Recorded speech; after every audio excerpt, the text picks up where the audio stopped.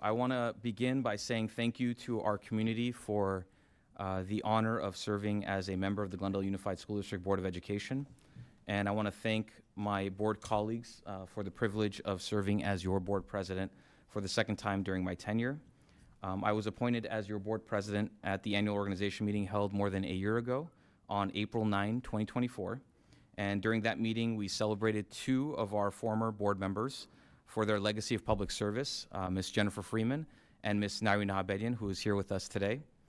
We swore in two newly elected board members who took their oath of office, Ms. Netta Farid and Mr. Telly C. The oath represents the solemn moment when a private citizen becomes a public official and commits to putting the public's interests before their own personal interests. And I look forward to the passing of the gavel to our next board president, and as I've said before, securing the most highly coveted position on the Board of Education, which is board member seat number 5. I would like to provide some highlights of the district's many accomplishments, challenges, and milestones over the past year plus. Our board unanimously adopted the annual board priorities. Priority 1, maximize student achievement. Priority 2, foster a positive culture of learning. 3, ensure the health and safety of students and employees. 4, support a thriving workforce to benefit student learning. And priority 5, maintain district financial responsibility.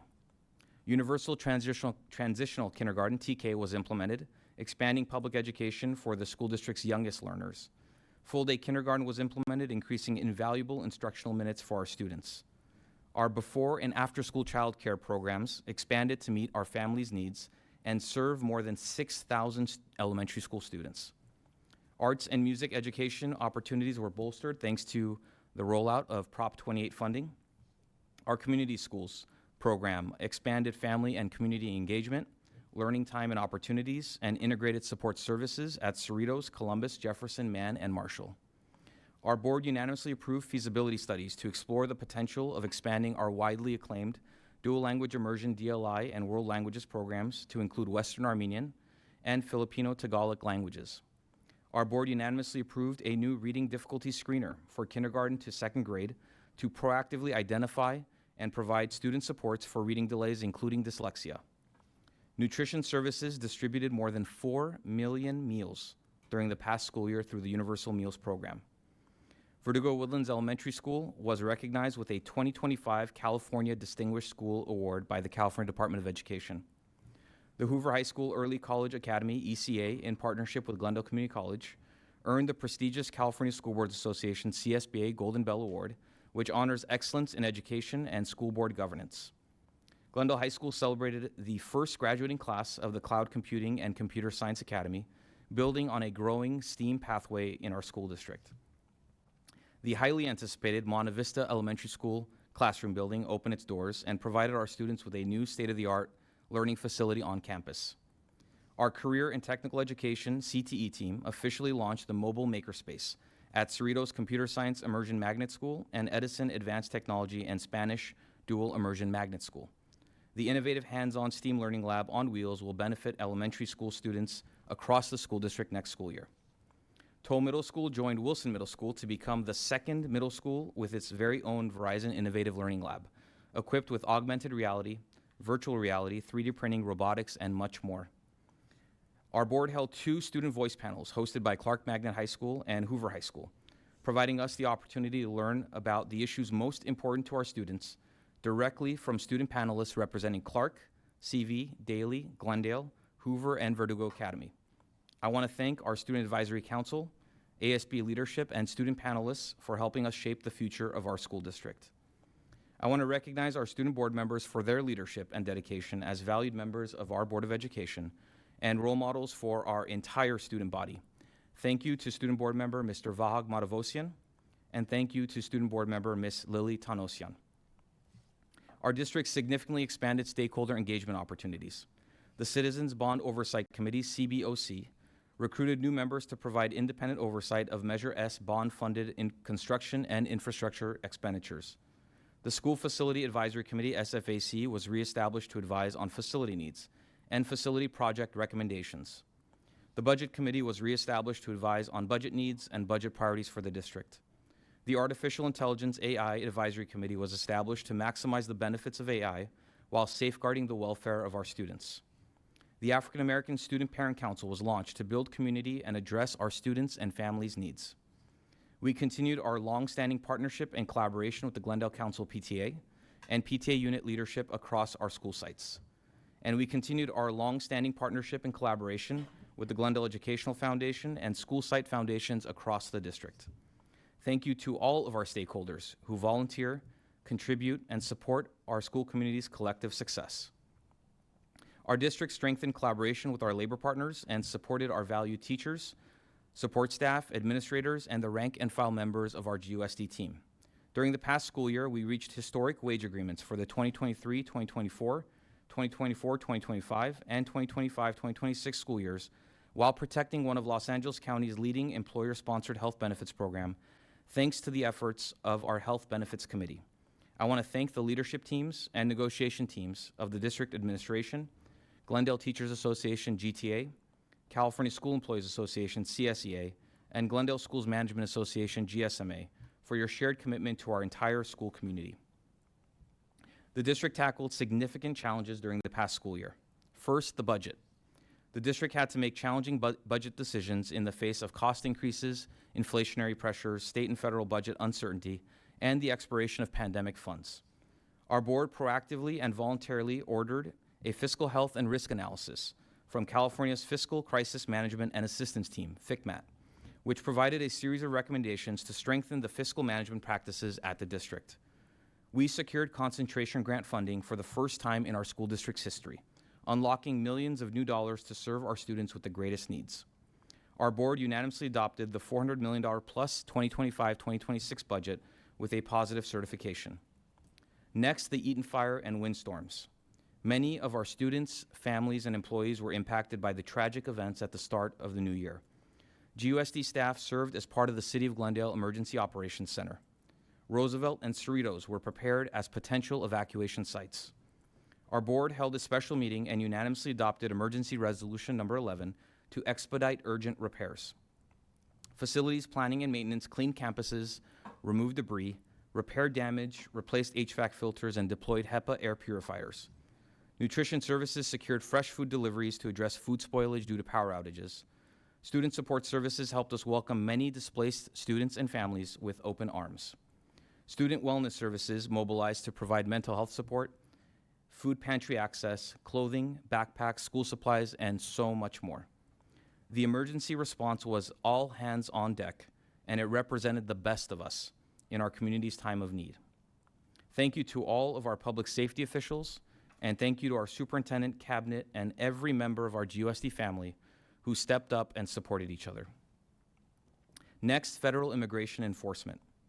The federal government's sweeping new executive orders and federal directives, including the rescinding of decades-old policy on immigration enforcement at sensitive sites, such as schools, churches, and hospitals, raised the prospects and fears of immigration enforcement in and around school campuses across the country. Our board held a special meeting on district and school safety, which included a comprehensive presentation and discussion on federal immigration policy, district protocols, and employee training. Our board unanimously adopted Resolution Number 21, reaffirming GUSD campuses welcome all students. We reaffirmed our commitment to our immigrant students, families, and employees, and we reaffirmed our commitment to providing a welcoming and safe environment for all, regardless of immigration status. I am proud to have co-authored the resolution with board member Mr. C. Our board continued our advocacy for our public schools at the state and federal level. In March 2025, Board Clerk Ms. Cross was re-elected by the school boards of neighboring school districts to serve her second term on the California School Boards Association CSBA Delegate Assembly. Board Clerk Ms. Cross and I are 2 of 4 elected members on the CSBA Delegate Assembly, representing Region 23A, which includes more than a dozen school districts and more than 100,000 students. In April 2025, Board Vice President Ms. Ganell and Board Member Ms. Fareed represented Glendale Unified at the CSBA Coast to Coast Federal Advocacy Trip held in collaboration with AXA in Washington, D.C. Our board devoted a significant amount of time to policy work and governance reforms. First, Board Policy 5131.8, Mobile Communications Devices. Our board conducted a comprehensive review of the district's cell phone policies and practices in recognition of the benefits from the responsible use of devices and the need to minimize the harms that can erode safe, healthy, and distraction-free learning environments. Next, Board Policy 6141, Curriculum Development and Evaluation. Historically, curriculum and textbook adoption recommendations were presented to the board after professional evaluation by teachers, principals, and administrators, and a public review process that yielded minimal to no feedback from the public. The Board Policy 6141 amendments established new local requirements for parent and guardian voice through a new elementary parent and guardian curriculum review committee and secondary parent and guardian curriculum review committee. Our board unanimously adopted the Board Policy 6141 amendments. And we now have approved the first round of curriculum and textbook adoptions that benefited from professional evaluation, parent and guardian input, and public review. Next, Board Bylaw 9240, Board Training. The new first-time bylaw promotes effective and responsible governance by establishing new local requirements for board member training that goes well and above and beyond minimum legal requirements, including annual ethics training, annual Brown Act training, and annual employee training, as well as requiring all board members to complete the CSBA Masters in Governance program within the first 2 years of their board service, a long-standing culture and expectation at the district which is now codified in policy. Our board unanimously adopted Board Bylaw 9240. And finally, Board Bylaw 9271, Code of Ethics, the Ethics Complaint Procedure, and bylaw amendments that were agendized and introduced at the board's regular meeting on June 10, 2025. Together, they are good governance proposals that promote ethics, transparency, and accountability. The proposal includes common sense and non-controversial updates to 4 current adopted board bylaws. And the proposal includes a new first-time board bylaw for the board's consideration. Board Bylaw 9271 and the Ethics Complaint Procedure represents the most significant ethics reform in our school district's history and establishes one of the most robust public accountability systems for board members and local elected officials in the state of California. I'm proud to have authored the proposal with technical support from district administration and input, feedback, support, inspiration, and policy language from many school districts, government agencies, education organizations, and board members from across the state. The board will be holding a special meeting dedicated to the proposal in this very boardroom tomorrow on Wednesday, July 16, 2025 at 5 p.m. I look forward to the opportunity to present the proposal and collaborate with my board colleagues to strengthen, enhance, and champion the proposal. As board president, one of your duties is to lead our public meetings. The public meetings of legislative bodies, such as our Board of Education, are democratic institutions that need to be respected and protected by all. Public meetings are where the board conducts the people's business in a transparent manner. Public meetings are announced in advance with posted agendas, and they are open to all.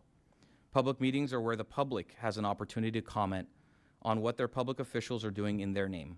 As your board president, I've worked diligently to show dignity and respect to every member of the public who has taken the time out of their busy days to address the board during public communications, regardless of whether what was said was accurate or inaccurate, or whether what was said was complimentary or critical. Public communications is the public's time to address the board.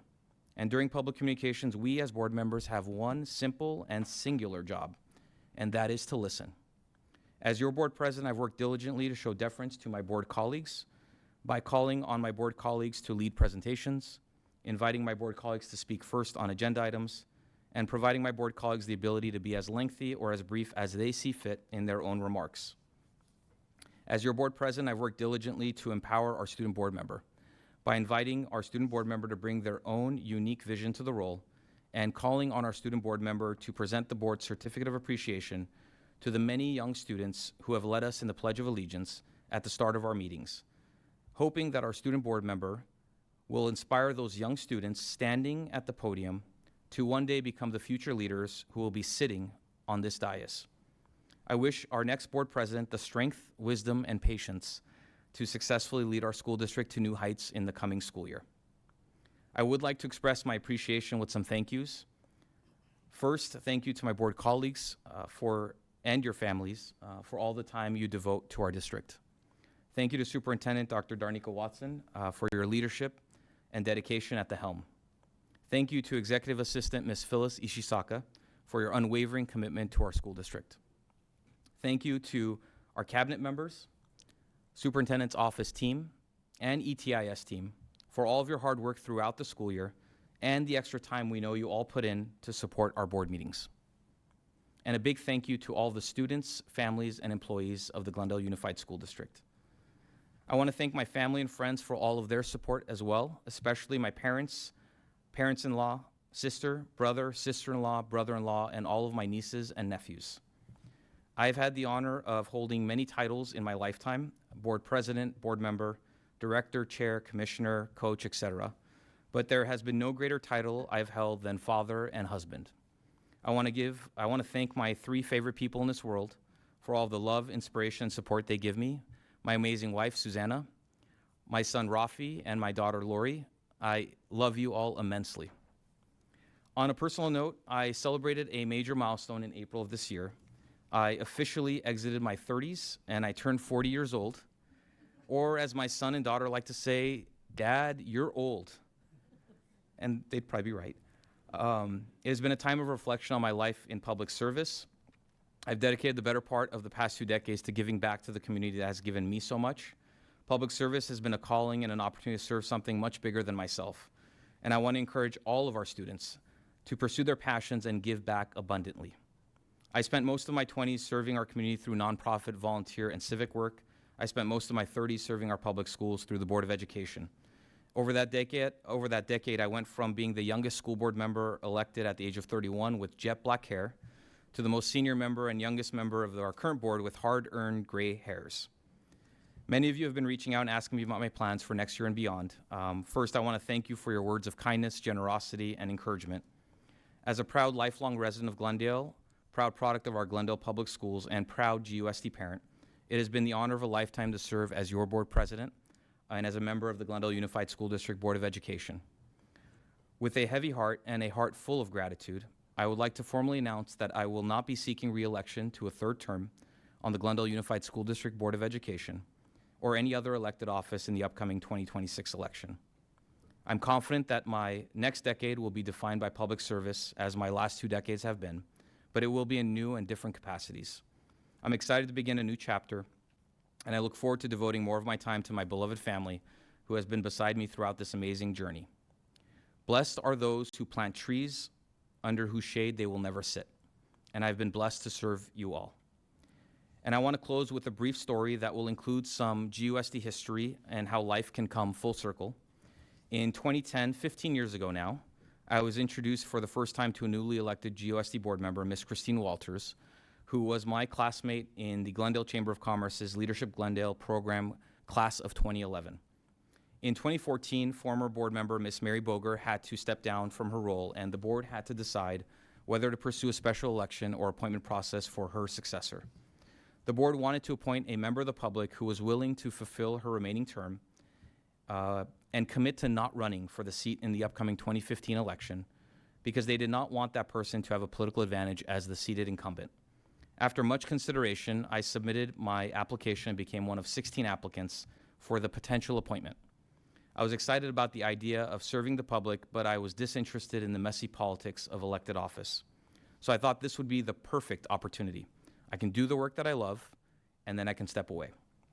The board appointed then Board President Mr. Greg Krikorian and Board Vice President Ms. Christine Walters to review the applications and invite 5 of the applicants to be publicly interviewed for the position at a public meeting in this very boardroom.